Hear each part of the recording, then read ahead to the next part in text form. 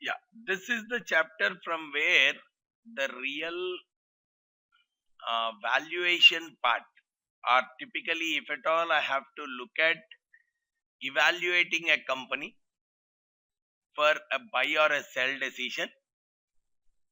This is the starting point, right? Probably, if someone has given me Infosys, evaluate Infosys and give me whether I should buy or sell this.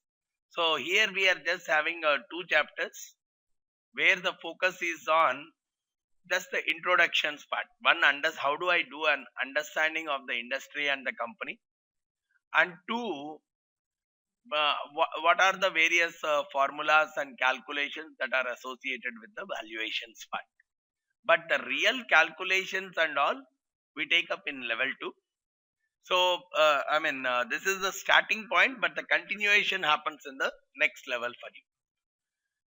So when we talk about the industry and the company analysis, initially we are talking of why do we need this industry analysis. First of all, we are understanding the business of the company.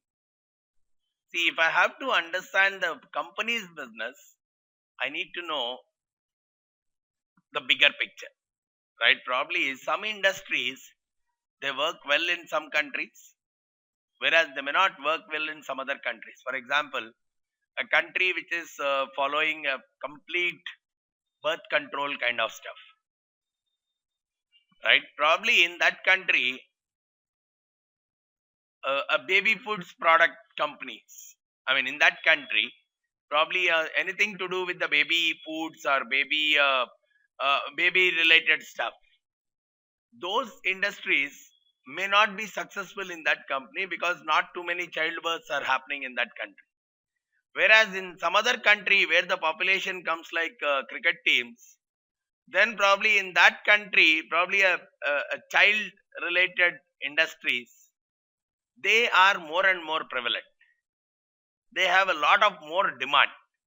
So what we are talking of is, unless I understand the industry, because as an analyst, I need to know what is the growth of the industry, this industry in our country, right? Probably the Hindustan Unilever, or probably the parent company, the Unilever group, may not be successful equally in all the countries. It's the same parent, but the success may not be the same in all the countries because the characteristics of the industry are different in each of the countries, right? Some industries, probably an IT industry may be very successful in India, but in some countries the IT industry may not be that successful as India is, but it may be successful in very other countries. Like as simple as saying, probably cricket is a successful sport in India, but when you go to some other country, probably cricket has no relevance. Though it's the same cricketer, but if he is making a life in India, his life is different. But if the same talented person making a life in some other country, probably he may not even earn his livelihood also out of it. So every industry has to be analyzed from that standpoint before we jump into the analysis of a company specifically, right? So that's where we talk about the potential growth of the industry. How much is it possible? At what stage it is in? How many competitors are there? Probably 10 years back, if we see a telecom industry, the mobile phone telecom industry, hardly you may see 2 or 3 competitors there. Probably a Bharti Airtel was there, probably a Idea was there, only 2 or 3 players were there 10 years back. But today the competition got increased. So once the number of players increase, or even before 10 years, there was only BSNL or hardly MTNL plus BSNL, only 2 or 3 companies at the max. So at that point in time, probably the scope for growth for BSNL was much higher compared to after the competition started flowing in. So we have to really understand the industry for the various competition possible, various risks associated, right? How much of debt can be taken? See, is that industry a complete equity intensive industry, or is it a debt oriented kind of industry? What is the possibility of credit risk in that industry? So the evaluation of the entire industry has to be done Because as an investor or as an investment advisor, our role is to shortlist on some of the industries. So should we give more importance to IT, or should we give more importance to pharma or real estate? So first, as an investor, we will think of which sector is growing well, rather than saying which company is doing well. We'll always look at which sector is doing well, and within that sector, which companies are doing well. Right? If there is a good possibility of growth, sometimes we say, oh, automobile industry as a whole is showing some kind of a slump. We won't say, right? The generic statements we typically see is, yeah, automobile industry as a whole is showing a slump. So probably out of this company one is much better compared to all. So that's a typical statement that is made, which means we want to do a bifurcative analysis across. We don't want to jump directly into the company, because company is a part of the industry, industry is a part of the economy. That's where the typical analysis which people do, we even call it as EIC analysis. As a practical side, whenever we talk about analyzing a company, we start with the economy, then we link it with the industry, then we get into the company before directly evaluating the financial statements of the company directly. So that's where whenever we talk about the word industry, now what is the definition of industry? There is no clear-cut definition even till today. Different organizations create the grouping. Of course, it's a group of companies.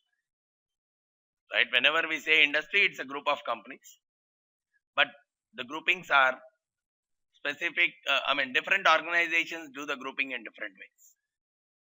Probably when we say an automobile industry, your definition may be different from my definition. Because no one has defined that these are the kind of companies which form an automobile industry. Probably you may say, no, there is nothing called automobile industry.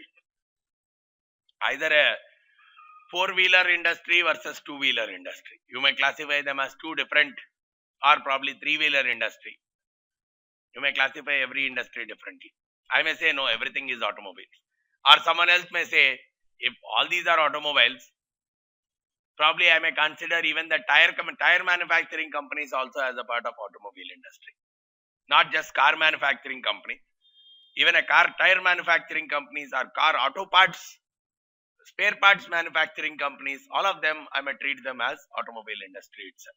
So there is a difference in the way you consider the definition of the industry, and nothing is right, nothing is wrong, or all are right and all are wrong. Right? So that's where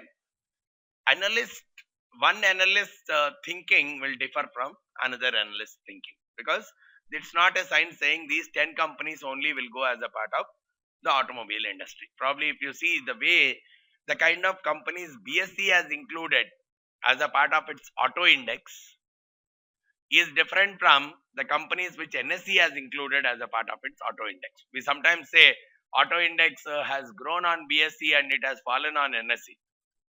The reason being the companies which are included, because yesterday we have seen as a part of the computation of the index, one key item is the companies which are included. How many and which all. Now if they are different, the index will always be different.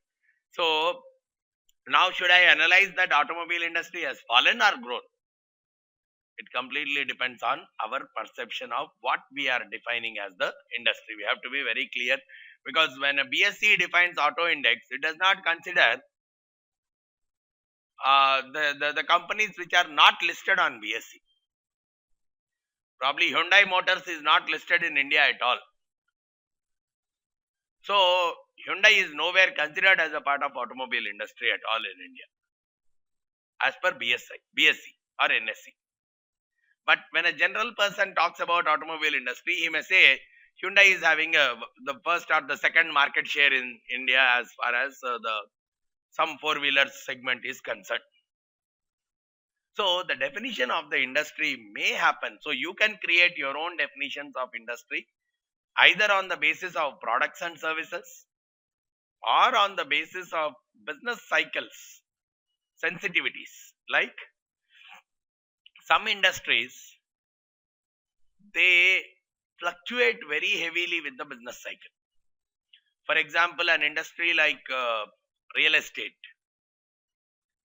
right? It has a big boom when the economy is booming, but it will typically have a big downfall when the economy is in a recession. It reacts very, because it's not a kind of regular product, right? So it's a kind of, when people are earning more, they want to invest there. When people are earning less, they want to back out from it. But on the other side, probably a food industry, right? Even if you don't consume more when the economy is booming, and you don't consume less when the economy is falling, more or less there will be a constant demand across. Or probably liquor, recession proof kind of an industry. Anytime you consume the same amount, or probably in recession you may consume more also. So it may have a different characteristic altogether. But every industry has a different characteristic altogether, sensitivity to the business cycle. So what I will do as a part of industry, I won't say auto industry or something. I'll say growth, growth industries, value industries. I'll simply use these kind of words. I'll simply define an industry on the basis of growth, where probably an IT company could be there and even a pharma company could be there in that. Right? Even an index creation can happen through this kind of method. And sometimes people started even using statistical methods to define the industry, where more or less all the companies growing on a same rate every year. Those companies, irrespective of what products they are selling, we group all these companies as one industry, where the growth patterns are more or less the same across. Those all are grouped as one industry kind of stuff. So these kind of things, there are multiple definitions and derivations that are associated with the industry. Then there are some outside agencies which are publishing the classifications of the industries. S&P has its own classification, MSCI has its own, Morgan Stanley has its own classification. So there are so many. Dow Jones has its own classification, BSC has its own classification, NSE has its own classification. Probably a money control has its own classification, a capital IQ has its own classification. S&P has its own classification. So like that, every company, every agency has a typical classification of the industry. So either I can use them or I can develop my own classifications depending on what kind of analysis I am planning to do. If I have to analyze the Hero motor car, I may think of, if I see, you may say, okay, look at Hero Motorcorp as a part of the whole automobile industry. Or someone may say, okay, why not look at it with respect to only TVS Motors or probably Bajaj or couple of other companies which are probably Mahindra's, 3-4 other companies which form the total two-wheeler industry. Or someone else may say, again, these company may not be a competitor to this. So every person has their own perspective of defining the industry, but some common definitions are given by these agencies. So if we want to use, we can very well use those kind of definitions and classifications. Then there is another kind of a classification that happens on the industry, which is, okay, a few more things like cyclical firms, which are, as we have already discussed, they depend very heavily on the business cycles. They get very high returns when the economy is in a boom. They lose very badly when the economy is in a recession. Real estate being one of the typical kind of industries which get into such kind of scenario. Whereas when we talk about a non-cyclical kind of a firm, it does not vary too much with the business cycles. So we can very well classify the industries as cyclical or non-cyclical, or even companies can be classified cyclical or non-cyclical, because in some industries, the top players, top 1-2 companies, they perform very well in all industry, in all economies. Probably just without facts I am making this statement, but let's say we talk about in an automobile industry, right? Let's say if Hero Motorcorp and Bajaj are the leaders, whatever the industry is, recession or expansion or whatever is it, their sales may not get very badly affected. But let's say the fifth, sixth players in the industry, fourth, fifth, sixth players in the industry, some XYZ companies, kinetic engineering, someone else, right? For those kind of companies, they will have a lot of seasonality because when the economy is down, everyone wants to go and buy whatever the buying they are doing. They want to do a buying of this the top notch company itself. So these companies will face a severe problem when the economy is not in a boom, whereas the top players may not face that problem that intensely. Even in an IT industry, probably the top players may not be very badly affected in case of a boom, in case of a recession, but the small players may get very badly affected. So it looks as if whatever is the state of the industry as a whole may be growing or may be stable. But what we see is some companies, they are fully stable even in case of a recession. But some companies, they go down with the recession, and once the economy starts booming, again their business also will start booming. Even in case of real estate, the same thing may happen. So we have to see whether the industry itself is cyclical or not, and firm specific, is it cyclical or not. There could be a cyclical firm in a non-cyclical industry, or vice versa also is very much possible. There could be a non-cyclical firm in a cyclical industry. All are very much possible. And in the non-cyclical, we also talk about defensive industry or even a firm. Defensive means it does not show fluctuation. I mean, see, when we say boom, it does not go up drastically also. It maintains its stability. Even in case of a boom or in case of a fall, it maintains more or less at the same layer. Those kind of stocks or those kind of securities, we call them as defensive securities. Whereas the other side is growth. Growth kind of things are what is, when the boom is there, they grow. But when the boom is not there, that's where I said the leaders in those companies, when the boom is there, they take off very well. But when the recession is there, they are stable. They don't fall, but they are stable. Their fluctuation will not be there too much. See, these two are non-cyclical. They don't vary with the business cycle. But what we are saying is, there are some companies which don't even catch upon the boom. Whether it is a boom or a recession, they are very much stable. Those are called as defensive kind of stocks. Whereas some kind of companies, they show good signs in a boom, but in case of bearishness, they show a kind of a stability. Those are typically the leaders in those industries. Right? We always see the leaders in any industry exhibiting that kind of a behavior to a large extent. Probably the sales of Infosys might not have fallen even in case of a recession. They might have come down, but they might not have dropped drastically. Whereas the same IT industry, some other company, the sales would have dropped drastically during the time of recession. Right? But during the time of expansion, Infosys would have grown quite drastically compared to the others. Those are classified as growth kind of companies or industries. So sometimes, okay, some of the important things about this classification are, even in cyclical, we see some growth firms, because when the economy is good, they grow like anything. But when the economy is bad, they fall like anything. So there are some kind of growth firms that are included as a part of the cyclical industries also. And even there is a possibility, as we have discussed, non-cyclical industries also, there could be some companies which will not be hit by recession at all, the leader.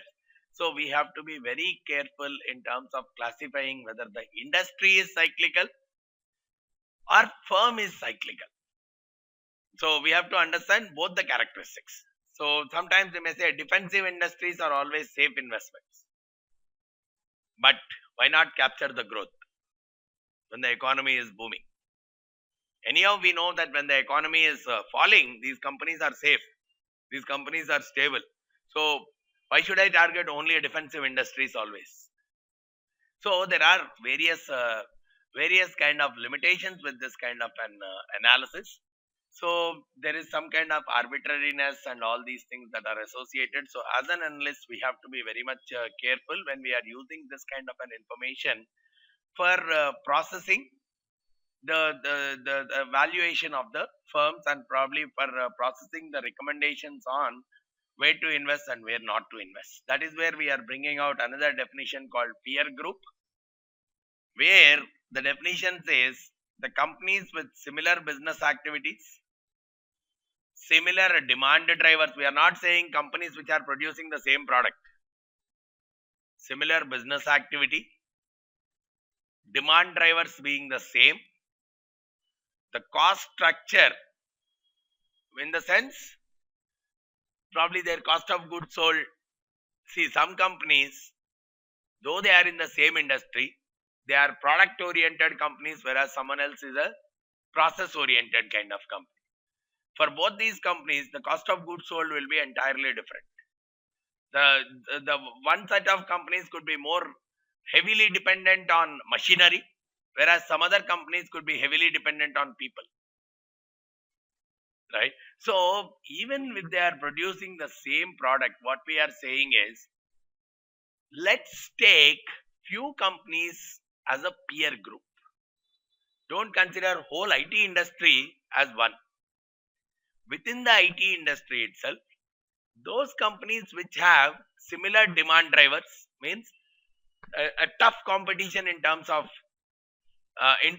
projects, right? I mean, either I'll give my project to you or to you, which means I'll compare only to. Even there are 20 other companies, but probably a 5-6 are in one group, another 5-6 will be in the other group. You treat each of them as a different industry altogether, because we are talking of cost structure drivers. These 6 companies, their cost structures could be more or less same every year. Employee costs more or less the same, or probably the other way to look at it is, okay, the person, if he quits this company, he'll join this company. Majority of the people, which means they are almost like a close competing kind of companies. So those are the ones we are saying. And even the availability of capital, some of them may be heavily debt intensive kind of companies, whereas someone else would be a pure equity intensive kind of companies. Probably in the same automobile industry, right? If I look at Maruti Suzuki, it has almost close to zero debt, whereas Tata Motors is having almost 50% of its capital financed through debt. So again, I may or may not have to consider both of them as a part of the same industry, because I mean as a peer group, because the way they are doing their business is different from the way Maruti Suzuki is doing the similar kind of a business.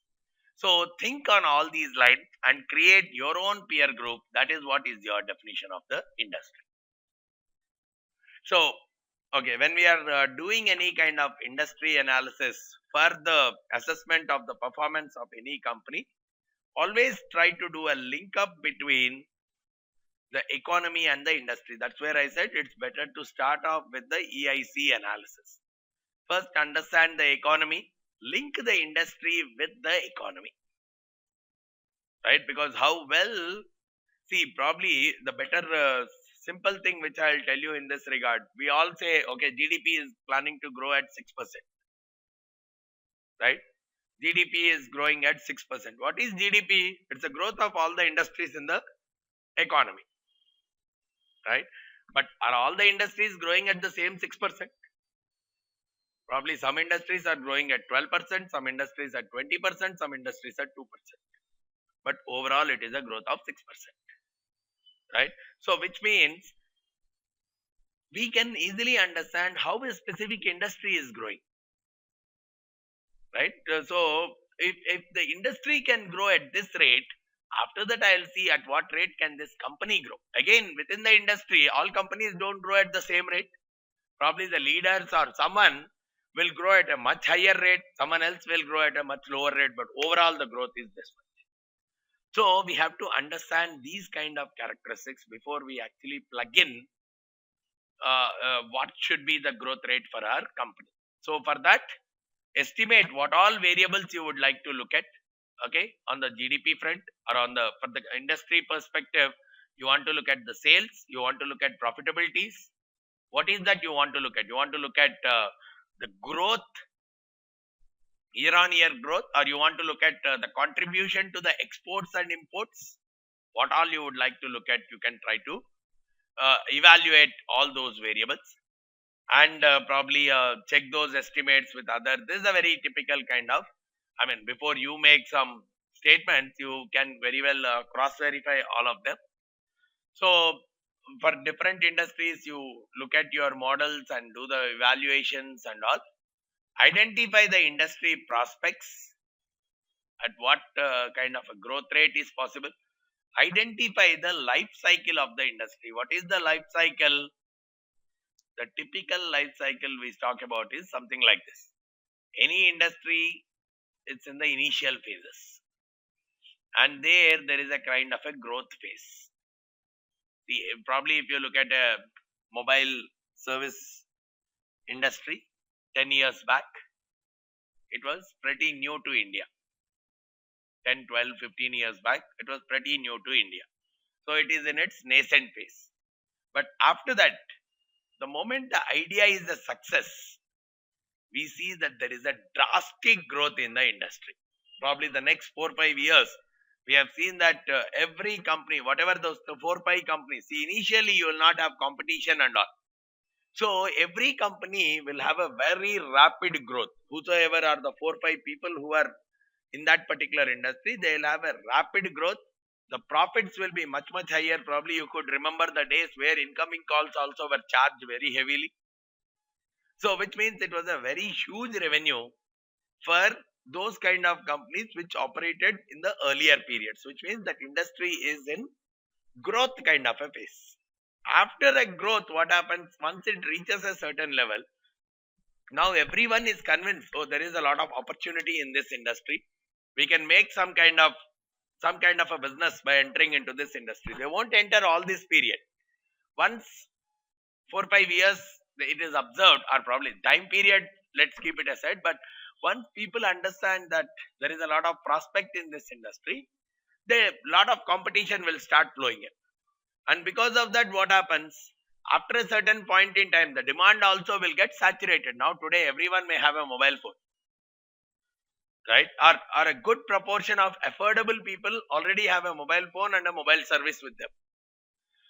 It is at a saturation level.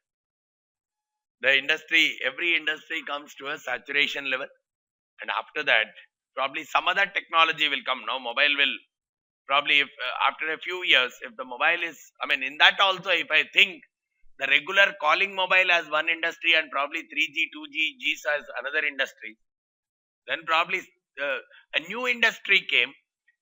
Almost this old industry has gone out. So probably a day may come where without a 2G service or without a 3G service, there is no mobile service at all, right? I mean, the same thing probably if you visualize with a television, you may not see a black and white portable television in any of the shops today. Probably if I look at that as an industry, or a regular TVs also, I am hardly able to see in any of the shops. The typical 10-year-old TV, right? Not this plasmas, LCDs and all. Non these models, they are hardly to be seen in any of the shops today. So which means probably if you classify the industry as only that, right? Some of the brands which were leaders at some point in time, like Onidas or Dinoras or whatever these brands, which were one of the leaders in the market at some point, BPLs and all. Today I am not able to see any of those brands in any of the shops, which means they were not able to upgrade themselves to the new industry, which means the industry has transformed. So that is what we are saying. You have to understand the industry life cycle as to whether the industry currently is in the initial stages, nascent stage, or it is in the growth phase. If it is in the growth phase, I can very well assume that next few years the company is going to make huge profits. Or is it in the stability kind of or maturity kind of a phase where they will make a profit, but it will not be so abnormal? Or is it going to a declining kind of a phase, which means companies which are operating in an industry which is declining, there is a good possibility that their financials also will not be that attractive. So understanding the industry life cycle is very much important. And we are also saying, experience wise, how much is the experience of this particular industry, which is again reflected in the industry life cycle. We are talking about, are there any demographic influences on the industry? As I said, the baby care products industry, the demographic influence is birth control. If birth control is very high, that industry will not have a big growth in this country. So even the share price of that company may not grow, though the company is a very good company. The share price may not grow because the share price, if it has to grow, the company has to grow. Profits have to grow. When there is no scope and they are not diversifying into some other industries, then their growth is very much limited. Similarly, are there any macroeconomic influences like employment related stuff or skill in terms of employment, extraordinary skills related for this industry? Or sometimes are there any government regulations, because in some industries the government is having a major stake. Let's say probably if we are talking about a telecom industry, if there are so many regulations related and so many other aspects that are there, though the company is good, it may not make a huge profit because of so many other regulations that they are being applied. Whereas on the other side, if any other industry, no regulation, nothing, no price tariffs, you can do whatever you want, like any other kind of a business, then they can very well, then it's their talent based on which they can grow. And like that, some social, see, probably social thing is probably a tobacco based industry or a alcohol based industry, right? Though the company has a very good business model, but if some societal pressures come, right, probably governments coming up with some prohibition or some kind of societal kind of benefit, it may so happen that those kind of companies may go into a loss. Of course, they can create a separate black market and they can make a profit, but in the typical traditional sense, they may not make a profit, right? And technological, some advanced technology. So we have to really see for some defense kind of industries, probably there may be a lot of regulatory issues, lot of technological kind of issues. So we may have to understand all these kind of issues before saying this company will definitely grow. You please buy the shares of this kind of a company, right? So, and even the competition wise where they are, all these things need to be understood to the depth before we start looking at one company from that industry. Right, before choosing one company from the industry, you have to do all this kind of scenarios. So the demographics, which we have already talked of, age, size, age we have already talked of, kids not there, then some industries cannot be there. Government factors, taxes, regulations. In some kind of businesses, the government gives a lot of subsidies, government gives tax exemptions. Those kind of industries, there is a good chance to flourish, whereas on some industries lot of taxes are being imposed.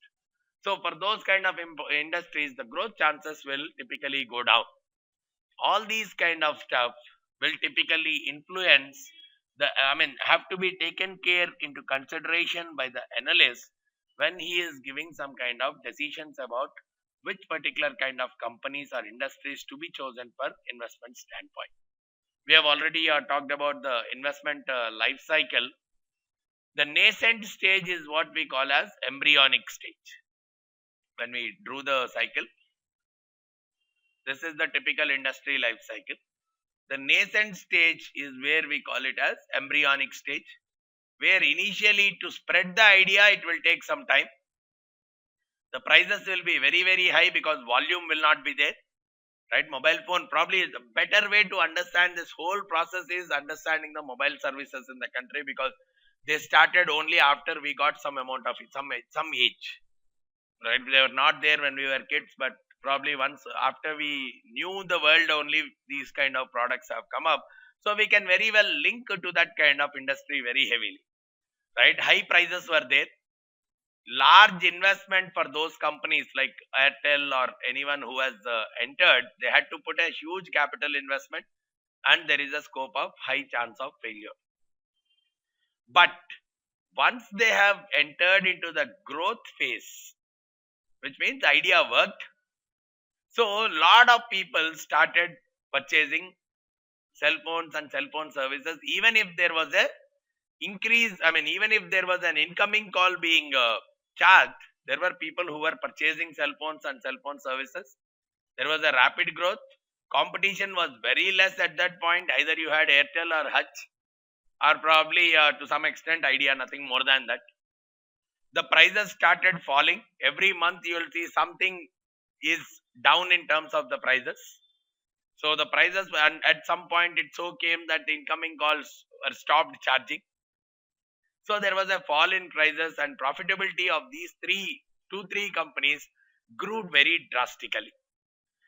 But this is where the shakeout phase starts. Once it comes probably here, lot of competition will start entering with different ideas. Even in our cell phone services industry, we have seen probably 2006 or 7 time frame where almost so many players like Uninars or MTS or Aircel or Docomo or so many such players have entered into the Virgin. There are so many cell phone service companies which have entered the Indian market during that time frame. That is what we call as a shakeout stage, where for each company the growth will actually start slowing down, competition will increase, the industry will become overcapacity. Now that's where 1 paisa, half paisa, quarter paisa kind of ads started flowing in. Right? Because the competition is over. Lot of people already have possessed their cell phones. So that is the stage of shakeout where the profitabilities will keep declining. Cost cutting becomes a very important thing from the company's standpoint. This is what is a typical shakeout phase. And from there starts the maturity phase. This is typically the consolidation phase, where company takeovers will happen. If there are 15 companies, probably slowly they will come down to 5 companies.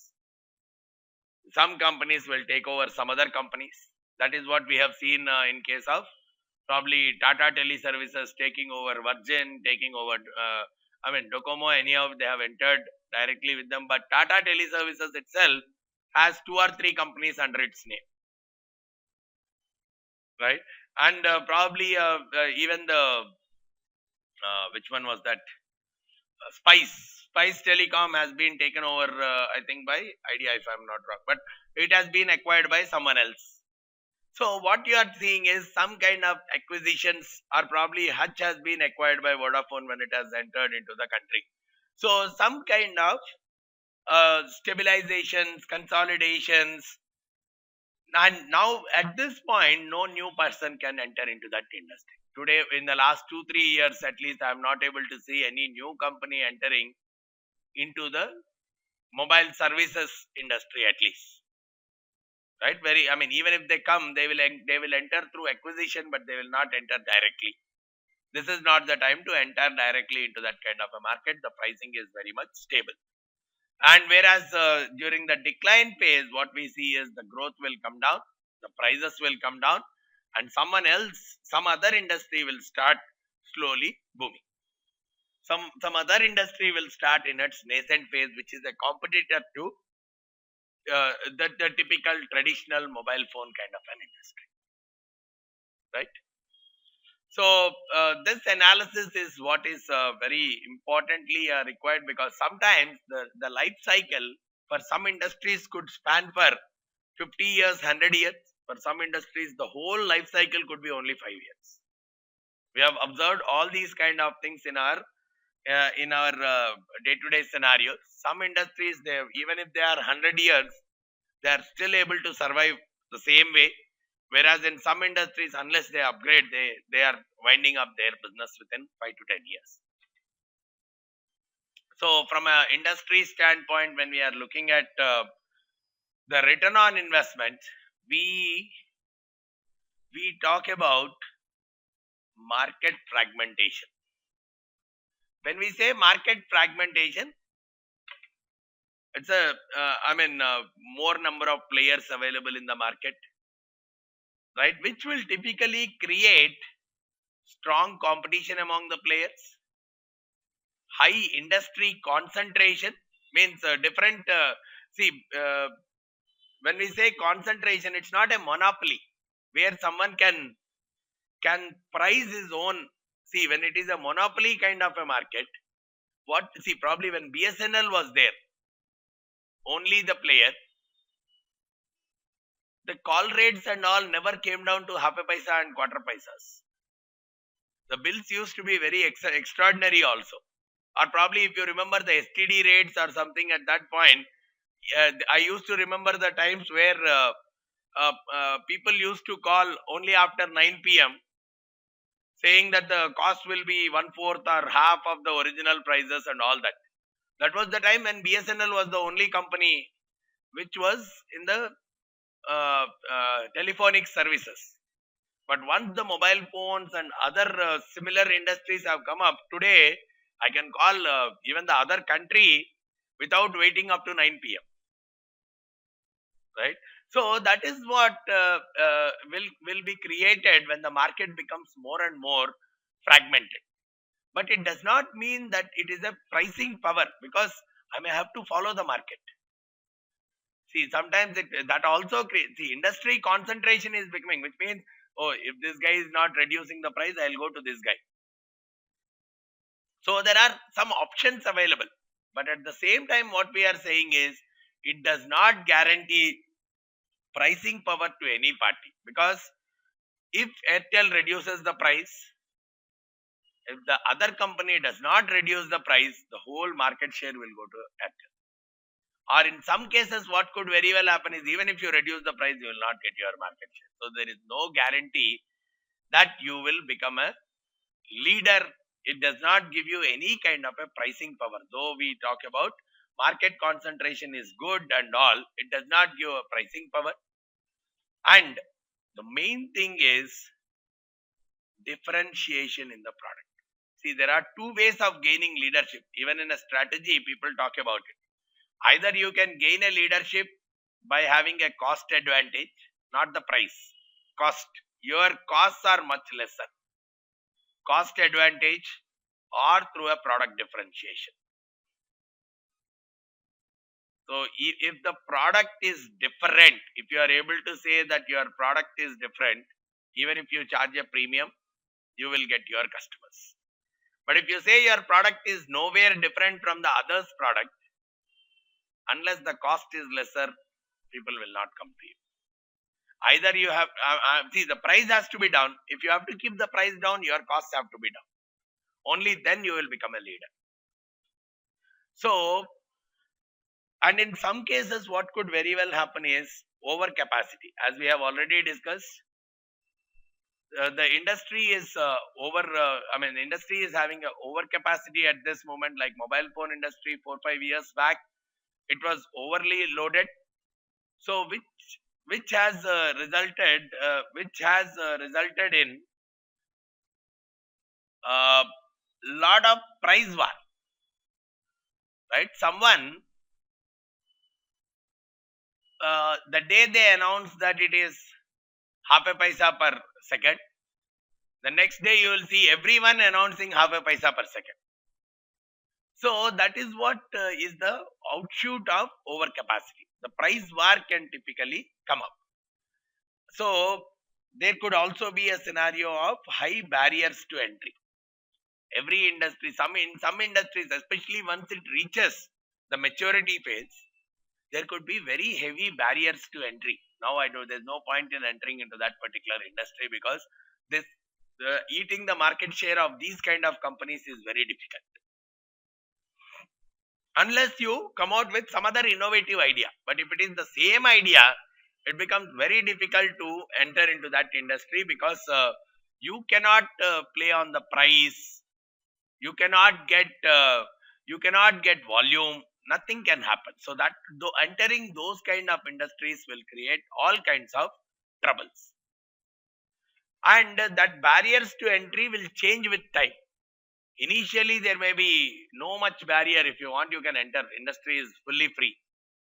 But once there's a huge growth, at that point you want to enter, you'll lose your market share. So as a prime mover, you may get a very good market share. You may get a very good profit. But if you enter after everything is over, then there is nothing much you can get into that. So you have to really observe where the industry is and when the company has typically entered into that kind of an industry. So because whenever we use the word capacity, over capacity or under capacity, in the short run it's always fixed, right? Because suddenly today I won't get lakhs of consumers going for my mobile phone, but only in the long run I may have the numbers vary. So probably when I enter the mobile phone industry or mobile phone services industry, I should look out for, can I do something for the next generation who is coming up with their first cell phones? Can I do something? Because there the capacity is changing. For that kind of people, can I do something which these guys are not offering? Right? Anyone who is entering into that business, he has to look at it from that standpoint. So under capacity, if there is something, that is where you can have your pricing power. So you give some value added benefits to the new generation, targeting a new market altogether, and probably if they get attracted, you can have your pricing power there. Right? So wherever the market wise there is an under capacity, that is where you can play on the price. But when there is over capacity, lot of competitors available around, you cannot play on your price. Right? So wherever even if the capacity wise, if it is sometimes some producers can invest in the new capacities. They can expand whenever there is an under capacity kind of stuff, they can very well expand their operation and try to make profits quite comfortably overall. So that is where whenever we look at this analysis of the industry, there is even a Porter's model which talks about, look at all these 5 different things associated with the industry. The 5 different forces which will have an influence on the industry. Rivalry among competitors. If it is already peak, which means the industry is a heavily demanded and heavily supplied kind of an industry. Threat of new entrants. Can new players enter into that industry, or are there so many barriers to entry? Which means these are the only players that are there in the industry. Very difficult for any new participant to enter into the industry. Threat of substitutable products. Can mobile phones be replaced with something else? Right? Is there any other industry which is offering similar kind of services as a mobile phone? If it is offering, there is a chance that mobile phones, if they come out with attractive products and services, probably the mobile phone services will be ignored by the people. Probably if I say voice over IP or something else, which may be a competitor to the mobile phone services, if that is coming out more better and coming out more cheaper, then probably the demand per cell phone may go down. That is what we have to understand about the threat of the substitutable product. Bargaining power of the buyers. Right? Buyers, okay, are they going to say that if you charge more, we don't need this? See, sometimes for some industries, let's say it's a we let's say we look at a restaurant business. If the customers say, are see, probably a petrol kind of a business, petrol kind of an industry. If the government raises the petrol price, if people say no, we'll stop using bikes or using cars, there is nothing the government can do. It has to bring down the price. But people are not getting into the bargaining there. Whatever may be the price, they are using the bikes and the cars in the usual way itself. There is nowhere they are reducing the demand, which means buyers are not having any kind of a bargaining power in that industry. They are not trying to bargain in that industry at all, which is a clear indicator that they can raise the price very comfortably there. But so we have to understand from that standpoint, does it have any bargaining power of the suppliers? Now, in some industries, probably the better thing is in government. The moment you say, no, we will not increase the salaries. Probably all the sellers are probably, sometimes we see doctors doing the strikes and all. If the salaries are not increased, the doctors may come down and say, we are not going to perform our duties anymore.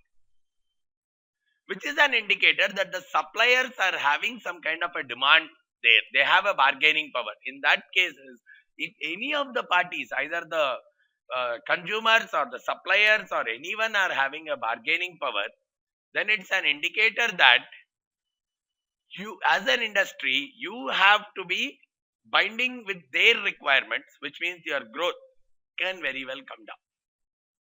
So all these things need to be understood. So that's where whenever we talk about an industry analysis, this is what is the report you have to typically prepare. Which are the major firms in the industry? What are the barriers to entry for that? Industry concentration is how many competition are there?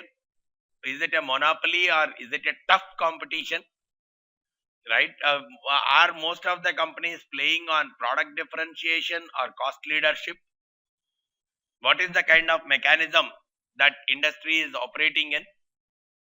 Right? Or what is the capacity? Is it already overloaded, or is there still some room for some new players to enter, or the existing players itself to enter into that untapped kind of markets? What is the stability of the industry? What is the life cycle at which currently it is operating in?